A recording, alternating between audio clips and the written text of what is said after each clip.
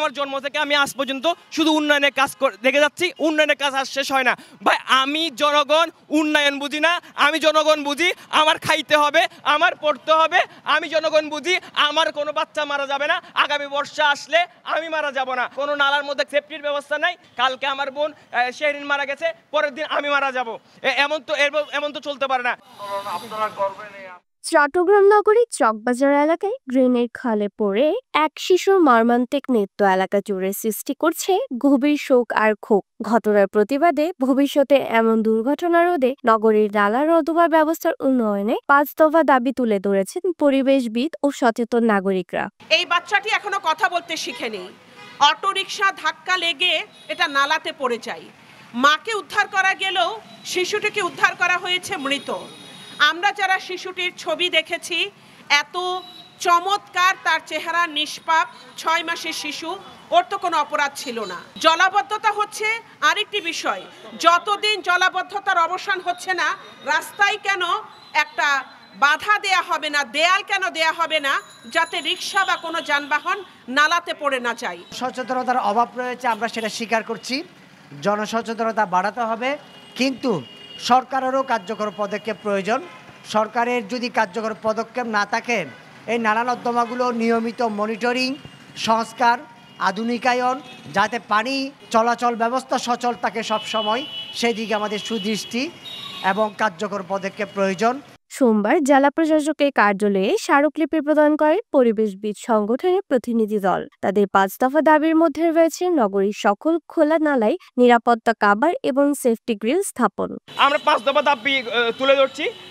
বিগত যে ঘটনাগুলোর সমূহ আমরা দেখেছি, সিটি কর্পোরেশন, সিডিএ এইসব ঘটনার মধ্যে একে অপরকে দোষ দিয়েছে।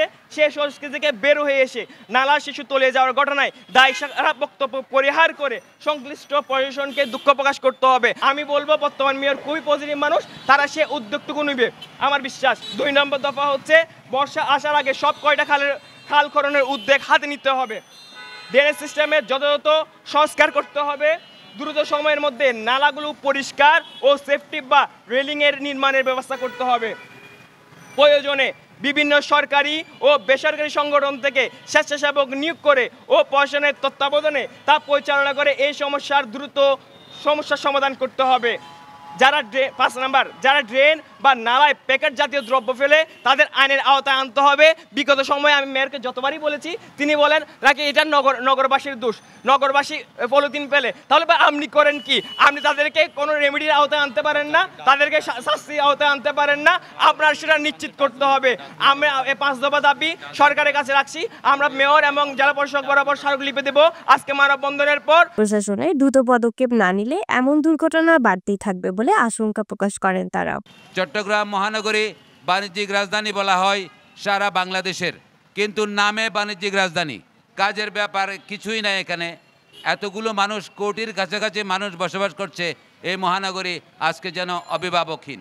শুধু ওকে দোষে সিডিএ, সিটি কর্পোরেশনকে দোষে, সিটি কর্পোরেশন নিরসন প্রকল্পকে দোষে, ওয়াসাকে দোষে, এভাবে চলতে আছে।